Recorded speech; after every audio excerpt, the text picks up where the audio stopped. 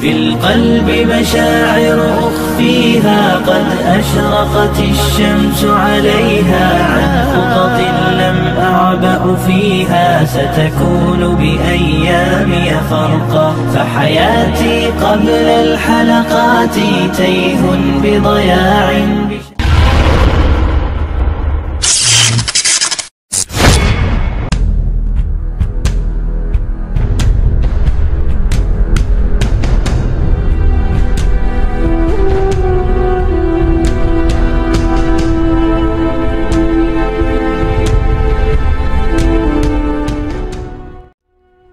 Assalamualaikum warahmatullahi wabarakatuh. Apa kabar sahabat Amirul Mukminin? Semoga semua dalam lindungan Allah Subhanahu wa taala. Nama besar Syekh Abdul Qadir Al-Jailani mulai melejit di Baghdad pada tahun 521 Hijriah atau 1127 Masehi. Saat usianya 50 tahun, beliau dikenal sebagai ahli hukum pembawa faham Hambali, bukan sebagai ahli tasawuf ataupun seorang sufi.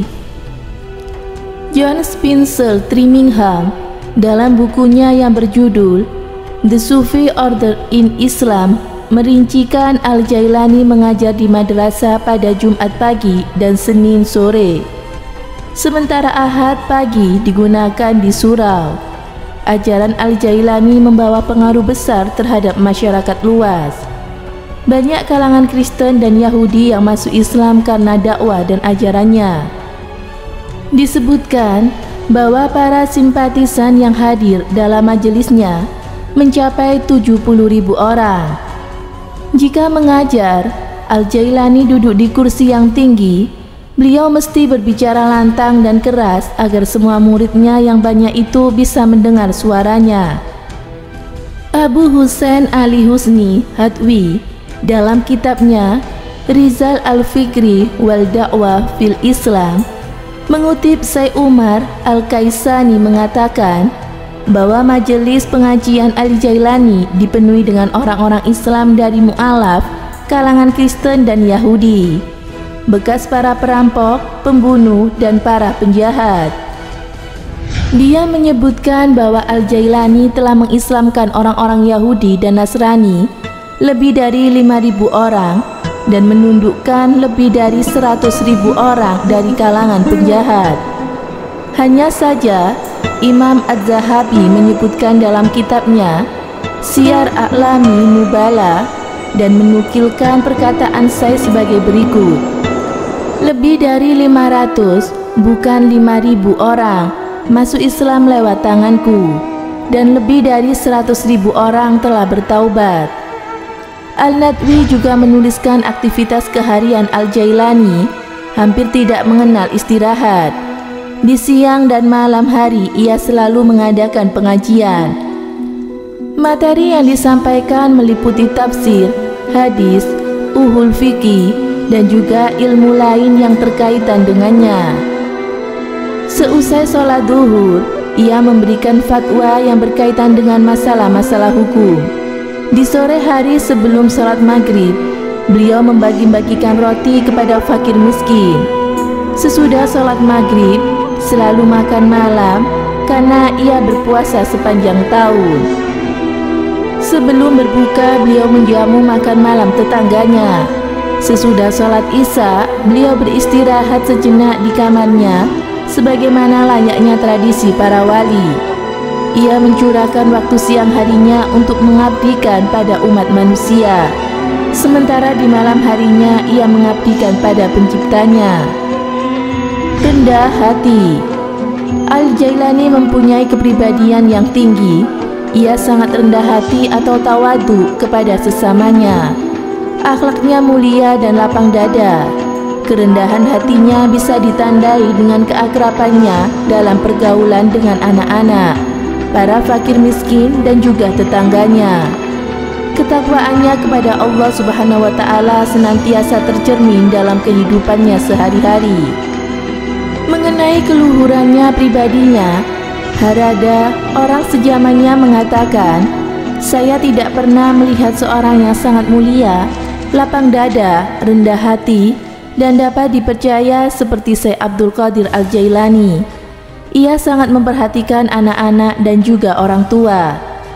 Imam Al-Isbili berkomentar bahwa Al-Jailani figur yang berwibawa, cepat menangis karena ingat kepada Allah dalam berzikir, lembut hati, dermawan dalam ilmunya serta luhur budinya. Demikian pula Al-Baghdadi menyanjungnya dengan menyebutnya bahwa ia jauh dari perbuatan keji, dekat dengan perbuatan yang benar, serta dekat kepada Allah Subhanahu wa Ta'ala. Al-Jailani pernah mengatakan bahwa amal yang paling utama adalah memberikan makan kepada orang miskin. Yang paling mulia adalah budi luhur. Selanjutnya ia mengatakan, seandainya dunia ini menjadi miliknya, maka akan ia berikan kepada orang yang lapar. Dan disebutkan dalam Khalaid Al-Jawahir bahwa setiap malam ia menyuruh membentangkan tikar untuk makan bersama-sama tamu dan bergaul bersama kaum lemah. Masya Allah, begitulah kebaikan dari Syekh Abdul Qadir Al-Jailani. Semoga bermanfaat. Wallahu a'lam bishawab.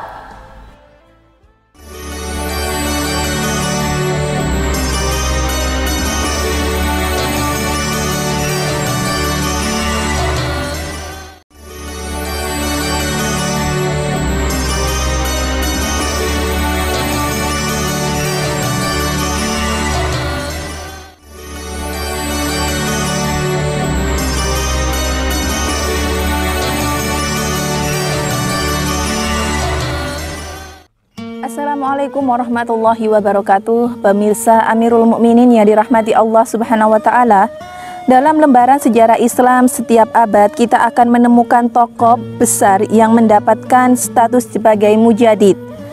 Itu sesuai dengan hadis Rasulullah yang menyatakan bahwa setiap 100 tahun Allah akan mengirimkan pembaruan di kalangan umat Islam.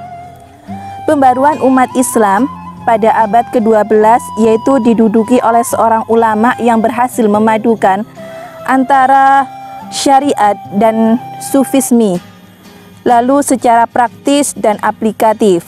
Karena itu beliau mendapat julukan Qutbul Auliya dan juga Gautsul Adzam, yang artinya orang suci terbesar di dalam Islam. Beliau adalah Syekh Abdul Qadir Jailani. Syekh Abdul Qadir Jailani dilahirkan di Nif atau Naif, termasuk pada distrik Jailan, Kurdistan Selatan, negara Iran. Beliau dilahirkan pada waktu fajar, yaitu Senin 1 Ramadan 470 Hijriah. Dan wafatnya di Baghdad di Irak, yaitu tahun 561 Hijriah. Keistimewaan Syekh Abdul Qadir Jailani sudah tampak ketika dilahirkan.